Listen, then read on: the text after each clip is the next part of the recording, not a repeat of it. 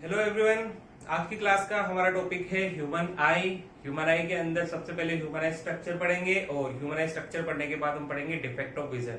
तो ये सारी चीजें आप क्लास 10th में पढ़ के आ चुके हो, फिर से रिपीट हो रही है, रिवाइज करेंगे वो सारी चीजें। सबसे पहले बात करें ह्यूमन आई स्ट्रक्चर में, तो ह्यूमन आई स्ट्रक्चर का सबसे इंपॉर्टेंट पार्ट होता है क्रिस्टलाइन लेंस। लेंस जो बाहर की लाइट रेज को हमारी आई के रेटिना के अंदर भेजता है। तो क्रिस्टलाइन लेंस जो होता है वो कॉन्वेक्स यानी कि कन्वर्जिंग नेचर का होता है।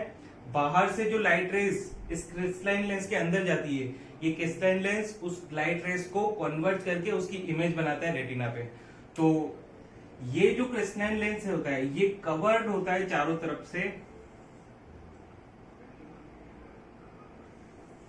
इस तरीके से, और यहाँ पे जो आउटरमोस्ट लेयर होती है उसे हम बोलते हैं कॉर्निया। कॉर्निया से कवर्ड होता है,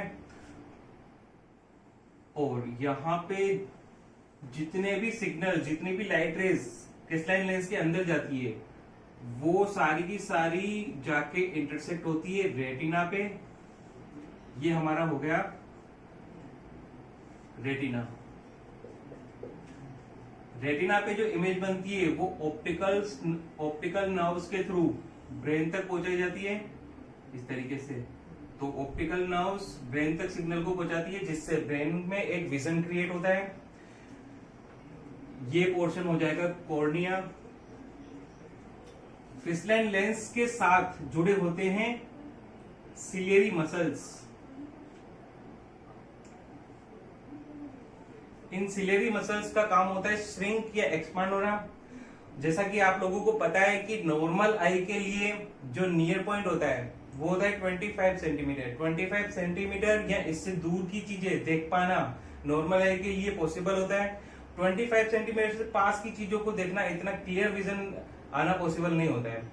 तो होता क्या है बेसिकली, जब कोई विजन क्लियर नहीं होता है, ब्लड विजन आ रहा होता है, तो ऐसे वक्त क्या होता है बेसिकली जो इमेज है वो रेटिना पर नहीं बन रही होती है। या तो रेटिना के पहले बन जाती है इमेज या रेटिना के बाद में इमेज बनती है। जब भी इमेज रेटिना पर नहीं बने, रेटिना से पहले या रेटिना के बाद में बने, तो विजन क्लियर नहीं हो पाता है, विजन ब्लर्ड होता है। तो उस पर्टिकुलर इमेज को रेटिना तक पहुंचाने के लिए हमारी आंखों का जो क्रिस्टलाइन लेंस है ये अपनी फोकल लेंथ को एडजस्ट करना पड़ता है इसे। या तो ये अपनी फोकल लेंथ को कम करता है या ज्यादा करता है। तो ऐसा करना पॉसिबल होता है इन सिलियरी मसल्स के कारण।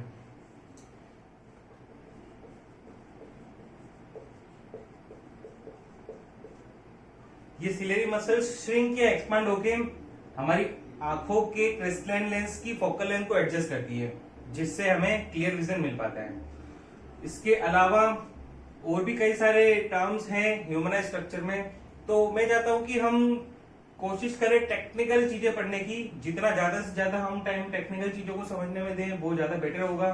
ये इन्फॉर्मेशन आपको एनसीईआरटी की बुक या दूसरी कोई बुक रेफर करोगे वहां पे भी सारी की सारी इन्फॉर्मेशन मिल जाएगी कि किस तरीके से लाइट रेज सबसे पहले क्रिस्टलाइन लेंस के अंदर जाती है, क्रिस्टलाइन लेंस उनको कन्वर्ट करके रेटिना पर उसकी इमेज बनाता है, रेटिना पर जो इमेज बनती है वो ऑप्टिकल नर्व्स के थ्रू ब्रेन तक पहुंचती है, और इस तरीके से हमारे सामने एक विजन क्रिएट होता है। अब वहां पे जो जो भी टर्म्स मुझसे मिस हो गई है आप प्लीज उसे एनसीईआरटी बुक से रेफर कर सकते हैं, पढ़ सकते हैं। और इसके बाद हम पढ़ लेते हैं जो इस टॉपिक का टेक्निकल पोर्शन है वो हम स्टार्ट करने वाले हैं, जो कि है डिफेक्ट ऑफ विजन। तो ह्यूमन आई स्ट्रक्चर यहाँ पे कंप्लीट होता है। जो टर्म्स मिस हो गई हैं मुझसे वो आप एनसीईआरटी की बुक से रेफर कर ले, क्योंकि ये केवल और केवल एक इन्फॉर्मेशन है, और इन्फॉर्मेशन तो आप बुक से भी रेफर कर सकते हैं। मैं जितना ज्यादा से ज्यादा टाइम चाहता हूं कि मैं आपको टेक्निकल चीजों के बारे में बताऊं, जिससे आप न्यूमेरिकल क्वेश्चंस भी सोल्व कर पाए और अपने कंसेप्ट क्लियर कर लें। तो स्टार्ट कर रहे हैं हम डिफेक्ट ऑफ विजन।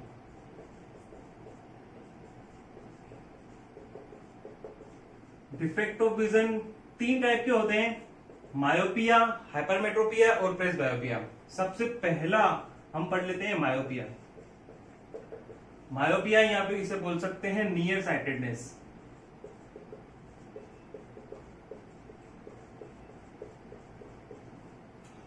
तो नियर साइटेडनेस में होता क्या है, जो पेशेंट होता है जिसे मायोपिया हो रहा है उसे पास की चीजें तो क्लियर दिखती है लेकिन दूर की चीजें क्लियर नहीं दिखाई दे पाती है। तो ऐसा क्यों होता है वो सारी चीजें डिस्कस करते हैं। सबसे पहले हम ह्यूमन आई स्ट्रक्चर बनाते हैं।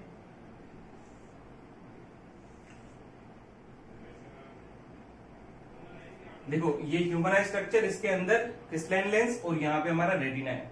तो होता क्या है, मायोपिक पर्सन के लिए पास की चीजों को देख पाना इजी होता है, क्लियर विजन आता है नियर ऑब्जेक्ट्स के लिए। तो अगर हम कोई ऑब्जेक्ट को बहुत पास रख देते हैं ह्यूमनाइज से, तो देखो इस तरीके से लाइट रेज इंसिडेंट करेंगी क्रिस्टलाइन लेंस पे। क्रिस्टलाइन लेंस कॉन्वेक्स नेचर का है, तो ये कॉन्वर्ज करेगा लाइट रे को, और कॉन्वर्ज होकर ये इस तरीके से इंटरसेक्ट करेंगी रेटिना पर। तो रेटिना पर जब ये इंटरसेक्ट करती हैं तो एक क्लियर विजन दिखाई देता है। किस केस में, जब ऑब्जेक्ट नियर हो, तो नियर ऑब्जेक्ट। लेकिन जो ऑब्जेक्ट दूर होते हैं उनका विजन क्लियर नहीं हो पाता है। तो अब देख लेते हैं फार्दर ऑब्जेक्ट के केस में क्या होता है। मायोपिक आई के साथ फिर से आई स्ट्रक्चर बनाते हैं।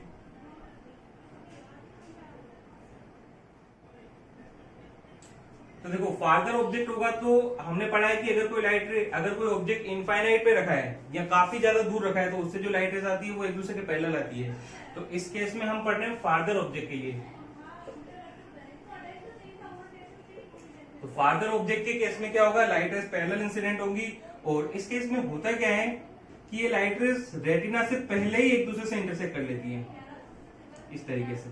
तो जो इंटरसेक्शन होता है, जो इमेज बनती है, वो रेटिना पर नहीं बनके उससे थोड़ा पहले बन जाती है। तो ऐसे केस में क्या होता है, मायोपिक आई के कारण जो पर्सन है, मायोपिक पर्सन है, उसे क्लियर विजन नहीं दिखाई दे पाता है। और क्लियर विजन नहीं दिखाई दे पाता है तो इसे हम बोलते हैं डिफेक्ट ऑफ विजन। तो मायोपिक आई में क्या होगा, पेशेंट को पास की चीजें, नियर ऑब्जेक्ट्स तो क्लियर दिखाई देंगे, लेकिन फार्दर ऑब्जेक्ट्स जो होंगे वो क्लियर नहीं दिखाई देंगे। तो इसका रीजन क्या हो सकता है, मायोपिया होने का रीजन क्या हो सकता है। मायोपिया डिफेक्ट ऑफ विजन होने का रीजन देखो क्या हो सकता है, दो रीजन हो सकते हैं। या तो मायोपिक पर्सन के आंखों का जो क्रिस्टलाइन लेंस है वो बहुत ज्यादा कन्वर्जिंग पावर का है, मतलब वो लाइट रेज को बहुत ज्यादा कन्वर्ट कर देता है। तो देखो यहाँ पे लाइट रेज जब इस क्रिस्टलाइन लेंस के अंदर गई तो इसने लाइट रेज को कन्वर्ट किया, लेकिन इसकी कन्वर्जिंग पावर इतनी ज्यादा है कि इसने लाइट रेज को कन्वर्ट तो किया लेकिन रेटिना से पहले ही कन्वर्ट कर दिया। तो लाइट रे अगर रेटिना से पहले कन्वर्ज होकर इंटरसेक्ट हो गई तो इमेज जो है वो रेटिना पर नहीं बन पाएगी, रेटिना पर नहीं बन पाएगी तो क्लियर विजन नहीं मिल पाएगा। या फिर इसका दूसरा रीजन ये हो सकता है कि जो मायोपिक पर्सन है उसके क्रिस्टलाइन लेंस और रेटिना इन दोनों की बीच की डिस्टेंस बहुत ज्यादा है। तो इस केस में हम कह सकते हैं कि क्रिस्टलाइन लेंस की जो कन्वर्जिंग पावर है वो तो नॉर्मल है, लेकिन उस बेचारे का रेटिना क्रिस्टलाइन लेंस से इतना दूर है कि लाइट रेज पहले इंटरसेक्ट हो जा रही है, रेटिना तक हो ही नहीं पा रही है। तो दो रीजन हो सकते हैं, या तो मायोपिक पर्सन के क्रिस्टलाइन लेंस की कन्वर्जिंग पावर बहुत ज्यादा है कि वो रेटिना से पहले ही इमेज फॉर्म कर देता है, या फिर दूसरा रीजन हो सकता है कि क्रिस्टलाइन लेंस की कन्वर्जिंग पावर तो नॉर्मल है लेकिन उसका रेटिना जो है वो क्रिस्टलाइन लेंस से इतना दूर है कि इमेज वहां तक पहुंच ही नहीं पाती है, उससे पहले इंटरसेक्शन हो जाता है। तो ये दो रीजन हो सकते हैं। अब देखो यहाँ पे ऑब्जेक्ट जब नियर ऑब्जेक्ट होंगे तब पेशेंट को या मायोपिक पर्सन को क्यों क्लियर दिखाई देता है, क्योंकि देखो अगर ऑब्जेक्ट नियर है, पास में है मायोपिक पर्सन के, तो जो लाइट रेज जाएंगी देखो ये एक दूसरे से दूर होती हुई जा रही है, डाइवर्ज होती हुई जा रही है जब तक वो लेंस तक पहुंच रही है। और अगर ये पहले से डाइवर्ज होके जा रही है तो ये जो क्रिस्टलाइन लेंस है इनको कन्वर्ट करके रेटिना तक पहुंचा देता है। लेकिन ये लाइट रेज तो ऑलरेडी एक दूसरे के पैरेलल है, ये दूर तो जा नहीं रही है, तो इन्हें डाइवर्ट करना कंपैरेटिवली इजी है, इन्हें कन्वर्ट करना कंपैरेटिवली इजी है। ये एक दूसरे से दूर जा रही है तो इन्हें कन्वर्ट करना थोड़ा सा टफ है। तो अगर क्रिस्टलाइन लेंस की कन्वर्जिंग पावर ज्यादा होगी तो जो लाइट रेज ऑलरेडी डाइवर्ट होती जा रही है उन्हें तो ये सही जगह पे कन्वर्ट कर देगा, लेकिन जो लाइट रेज डाइवर्ट हो ही नहीं रही है, पैरेलल आ रही है, उन्हें थोड़ा पहले ही कन्वर्ट कर देगा। तो ऐसे केस में इस विजन को क्लियर करने के लिए, इस डिफेक्ट ऑफ विजन को ओवरकम करने के लिए देखो क्या किया जाता है। अगर बात आ रही है कि मायोपिक पर्सन के क्रिस्टलाइन लेंस की कन्वर्जिंग पावर ज्यादा है तो इस डिफेक्ट को ओवरकम करने के लिए हम ये कर सकते हैं कि उसके क्रिस्टलाइन लेंस की कन्वर्जिंग पावर को कम कर सकते हैं। कन्वर्जिंग पावर को कम करने के लिए हम क्या कर सकते हैं, हम इसके क्रिस्टलाइन लेंस के पास में एक ऐसा लेंस लगा देते हैं जो डाइवर्जिंग नेचर का हो। तो जितने रेशियो से क्रिस्टलाइन लेंस की कॉन्वर्जिंग पावर ज्यादा आ रही है, उतने रेशियो से एक कॉनकेव लेंस लगा देंगे, डाइवर्जिंग लेंस लगा देंगे, जिससे वो बैलेंस होके और इमेज प्रॉपर रेटिना पर फॉर्म करने शुरू कर देगा।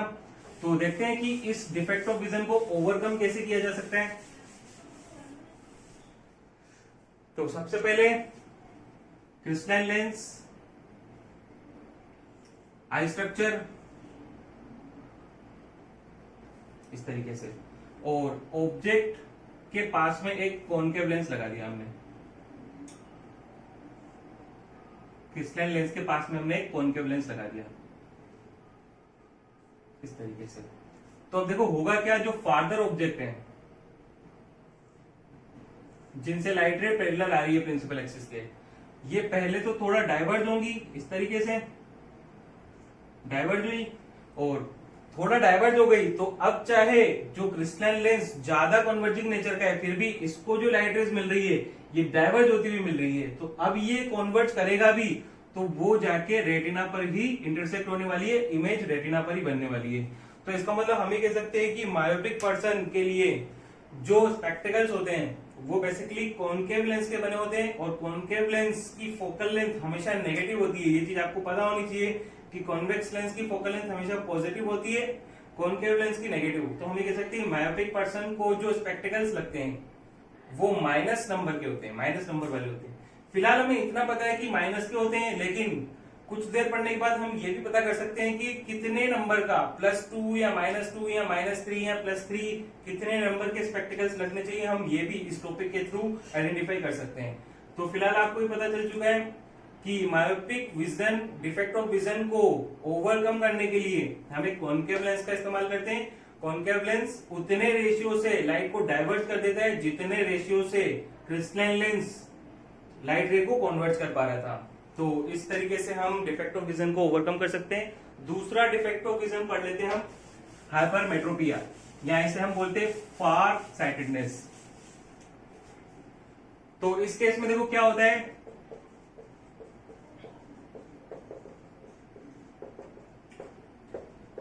जो पेशेंट है उससे दूर के ऑब्जेक्ट तो क्लियर दिखाई देते हैं, लेकिन पास के ऑब्जेक्ट क्लियर नहीं दिखाई दे पाते हैं। तो देख लेते हैं केस, सबसे पहले फार्दर ऑब्जेक्ट के लिए बात कर लेते हैं। ये क्रिस्टलाइन लेंस,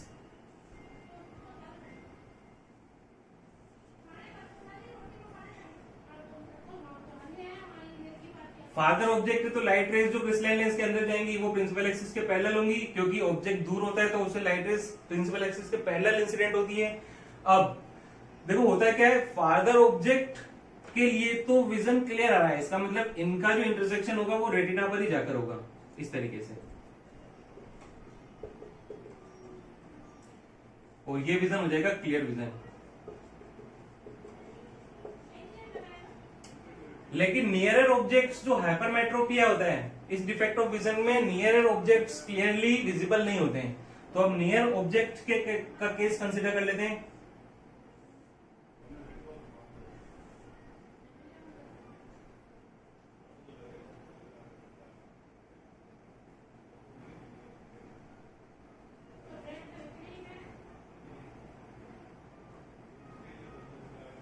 तो देखो ये हो जाएगा नियरर ऑब्जेक्ट।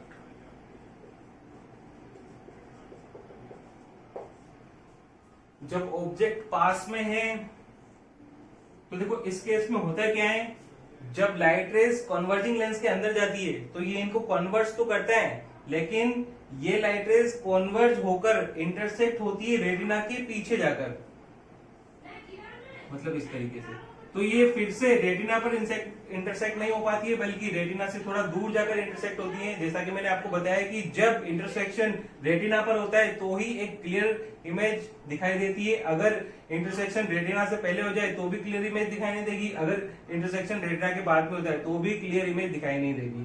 तो अब बात कर लेते कि ऐसा होता क्यों है, क्या रीजन है।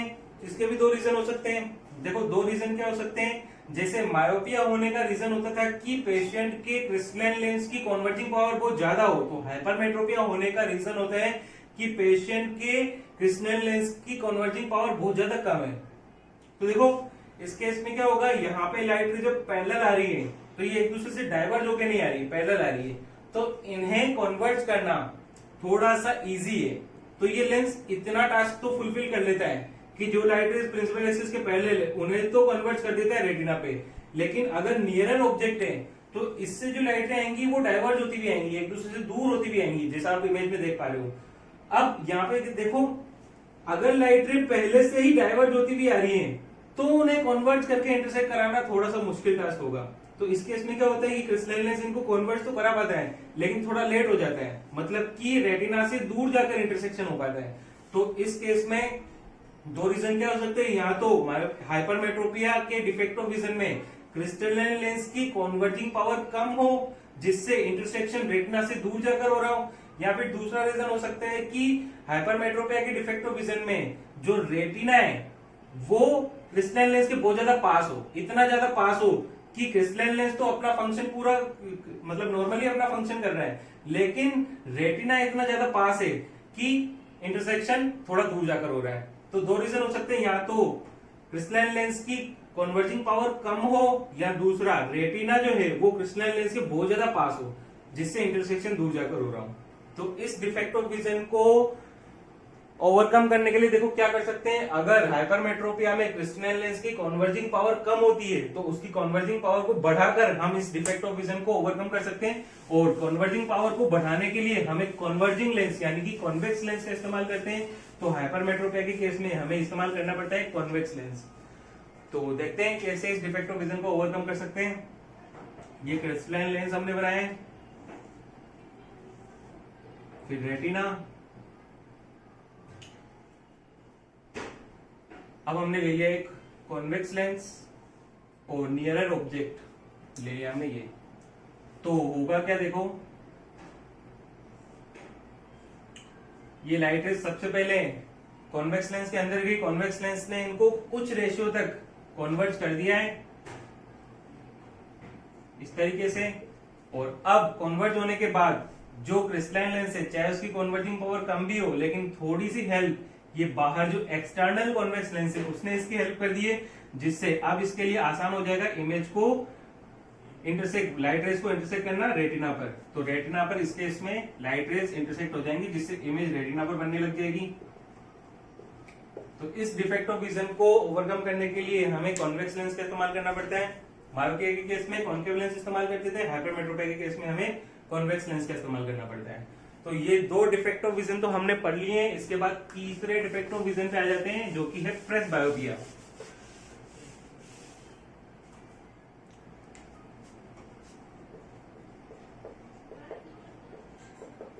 तो देखो प्रेस बायोपिया में जो पेशेंट होता है उसे ना तो पास की चीजें क्लियर दिखाई दे पाती है ना दूर की चीजें क्लियर दिखाई दे पाती है। देखो थोड़ी देर पहले मैंने आपको सिलियरी मसल्स, ह्यूमन स्ट्रक्चर में सिलियरी मसल्स की फंक्शनैलिटी के बारे में बताया था कि जब कोई विजन क्लियर नहीं हो पाता है तो विजन के क्लियर नहीं हो पाने के रीजन के पीछे रीजन क्या होता है कि जो इमेज होती है वो रेटिना पर नहीं बन पाती है।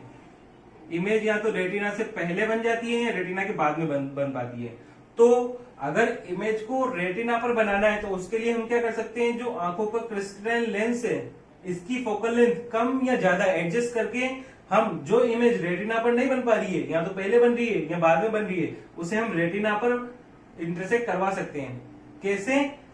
क्रिस्टलाइन लेंस की फोकल लेंथ को एडजस्ट करके। और क्रिस्टलाइन लेंस की फोकल लेंथ को एडजस्ट करने का काम करती हैं सिलियरी मसल्स। तो सिलियरी मसल्स श्रिंक होकर या एक्सपेंड होकर क्रिस्टलाइन लेंस जो कि फ्लेक्सिबल होता है इसकी फोकल लेंथ को एडजस्ट करती हैं। जैसे जैसे एज बढ़ती जाती है वैसे वैसे सिलियरी मसल्स की फंक्शनैलिटी डिक्रीज होती चली जाती है, जिससे वो अपना काम प्रॉपर्ली नहीं कर पाती है। तो जैसे जैसे एज इंसान ग्रो होता जाता है तो ओल्ड एज के टाइम पे ये डिफेक्ट ऑफ विजन ज्यादा देखने को मिलता है। जब सिलियरी मसल्स की फंक्शनैलिटी कम हो जाती है तो जो क्रिस्टलाइन लेंस है उसकी फोकल लेंथ एडजस्ट नहीं हो पाती है, जिससे कई बार पास की चीजें या कई बार दूर की चीजें क्लियर दिखाई नहीं दे पाती है। कब? जब इमेज या तो रेटिना के पहले बनने लग जाए या रेटिना के बाद में बन जाए। तो ये था प्रेस बायोपिया, और इसको हम सर्जिकल ऑपरेशन के थ्रू सिलियरी मसल्स की फंक्शनैलिटी को सही कर ही इस डिफेक्ट ऑफ विजन को ओवरकम किया जा सकता है। तो ये 3 टाइप के डिफेक्ट ऑफ विजन हमने पढ़ लिए हैं। अब इससे रिलेटेड कोई क्वेश्चन, न्यूमेरिकल क्वेश्चन जो आपकी एनसीईआरटी बुक का है वो न्यूमेरिकल क्वेश्चन देख लेते हैं हम।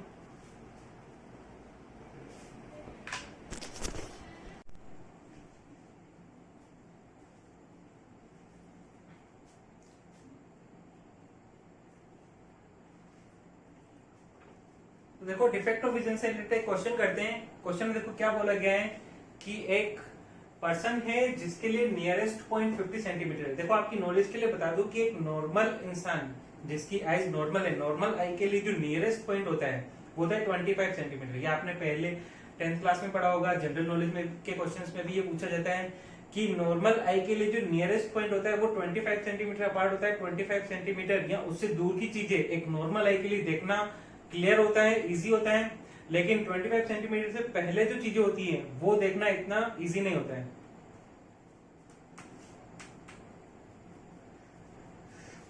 तो डिफेक्ट ऑफ विजन से रिलेटेड एक क्वेश्चन करते हैं। डिफेक्ट ऑफ विजन में है मायोपिया और हाइपरमेट्रोपिया। मतलब एक पर्सन है जिसे या तो मायोपिया है या हाइपरमेट्रोपिया है। ये क्वेश्चन में नहीं बताया गया है, उसमें ये बताया गया है। देखो क्वेश्चन में क्या बोला गया है, nearest point of a person is 50 centimetre. मतलब कि पर्सन है उसके लिए नियरेस्ट पॉइंट जो क्लियर विजन के लिए वो है 50 सेंटीमीटर। मतलब वो इंसान 50 सेंटीमीटर है, उससे दूर की चीजों को तो क्लियरली देख सकता है, लेकिन 50 सेंटीमीटर से पास की चीजों को क्लियर नहीं देख पाता है। आपकी नॉलेज के लिए मैं आपको बता दूं कि नॉर्मल आई के लिए जो नियरेस्ट पॉइंट होता है वो होता है 25 सेंटीमीटर। मतलब 25 सेंटीमीटर या उससे दूर की चीजों को देखना इजी होता है, क्लियर, उसका विजन क्लियर आता है। लेकिन 25 सेंटीमीटर से पहले की चीजों का जो विजन होता है वो क्लियर नहीं होता है। इसे हम बोलते हैं कि नॉर्मल आई के लिए जो नियरेस्ट पॉइंट होता है वो होता है 25 सेंटीमीटर। तो यहाँ पे इंसान को देखो दूर की चीजें तो क्लियर दिखाई दे रही है, लेकिन 50 सेंटीमीटर से पास की चीजें क्लियर नहीं दिखाई दे रही है। तो ऐसा पर्सन, ऐसी आईज जिसमें दूर का विजन तो क्लियर हो लेकिन पास का विजन क्लियर नहीं हो, इसे हम बोलते हैं फार साइटेडनेस। मतलब दूर की चीजें साफ दिखाई दे रही है, पास की चीजें साफ नहीं दिखाई दे रही है। तो फार साइटेडनेस मतलब कि हाइपरमेट्रोपिया। और हाइपरमेट्रोपिया के डिफेक्ट को ओवरकम करने के लिए आप सबको पता होना चाहिए कौन से टाइप के लेंस का इस्तेमाल करते हैं। वो लेंस होता है कॉन्वेक्स टाइप का। तो अगर इस पर्सन को 25 सेंटीमीटर दूर की चीजें भी क्लियर दिखाई देने लग जाए तो हम बोल देंगे कि इसकी आंखें ठीक हो गई। लेकिन फिलहाल इसे 50 सेंटीमीटर या उससे दूर की चीजें तो क्लियर दिखाई दे रही है, लेकिन 50 सेंटीमीटर से पास की चीजें क्लियर नहीं दिखाई दे रही। तो हम कोशिश करेंगे कि इसकी आंखों के सामने अगर 25 सेंटीमीटर पे भी कोई ऑब्जेक्ट रखा हो वो भी इसको क्लियर दिखाई देना चाहिए। अगर वो इसको क्लियर दिखाई दे रहा है तो हम बोल देंगे कि इसके आईज का डिफेक्ट का ट्रीटमेंट हो गया है और इसका जो डिफेक्ट ऑफ विजन है वो चला गया है। तो इसके लिए देखो देखते हैं केस। सबसे पहले आई स्ट्रक्चर बनाते हैं पर्सन के लिए।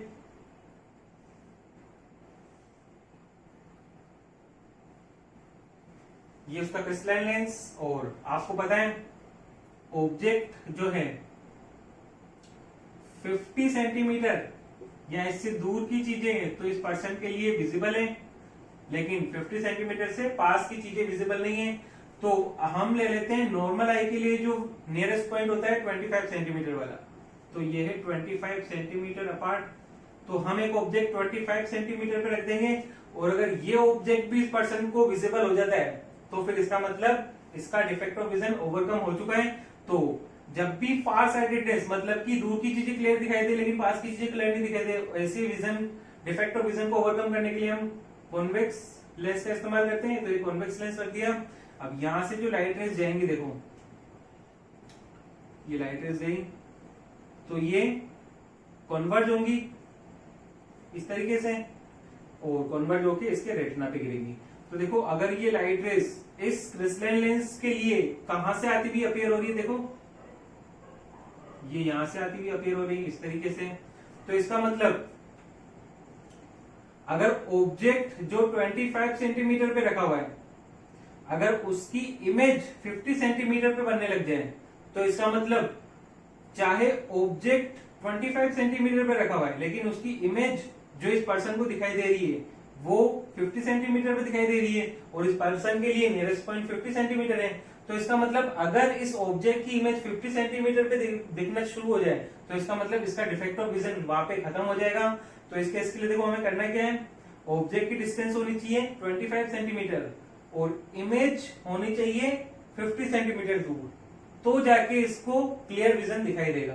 तो इसको सोल्व करने के लिए देखो हम क्या करेंगे, ऑब्जेक्ट की डिस्टेंस रखी हमने 25 सेंटीमीटर, और क्योंकि ऑब्जेक्ट लेंस के लेफ्ट हैंड साइड में तो माइनस साइन लगा दिया। इमेज की डिस्टेंस कहाँ होनी चाहिए, इमेज बननी चाहिए 50 सेंटीमीटर अपार्ट, और इमेज भी लेफ्ट हैंड साइड में तो इमेज के लिए भी माइनस साइन यूज कर दिया। और फोकल लेंथ जो है वो हमें नहीं पता, तो लेंस फॉर्मूला अप्लाई कर देते हैं। तो लेंस फॉर्मूला होता है 1/f = 1/v - 1/u। तो 1/f = 1/v की वैल्यू -50 - 1/-25। तो 1/f = -1/50 माइनस और माइनस हो जाएंगे प्लस 1/25। तो इसको सोल्व करेंगे 50 एलसीएम आ जाएगा -1 + 2 1/f। तो देखो 1/f की वैल्यू आ जाएगी यहाँ पे 1/50 या f हो जाएगा 50 सेंटीमीटर। इसका मतलब क्या हुआ कि जो लेंस हमने इस्तेमाल किया है डिफेक्ट ऑफ विजन को ओवरकम करने के लिए, उसकी फोकल लेंथ होनी चाहिए 50 सेंटीमीटर। और क्योंकि फोकल लेंथ पॉजिटिव निकल के आ रही है, इससे ये क्लियर हो रहा है कि इस डिफेक्ट को ओवरकम करने के लिए जो लेंस इस्तेमाल किया है वो कॉन्वेक्स लेंस इस्तेमाल किया है। कॉन्वेक्स लेंस की फोकल लेंथ हमेशा पॉजिटिव होती है, कॉनकेव की नेगेटिव होती है।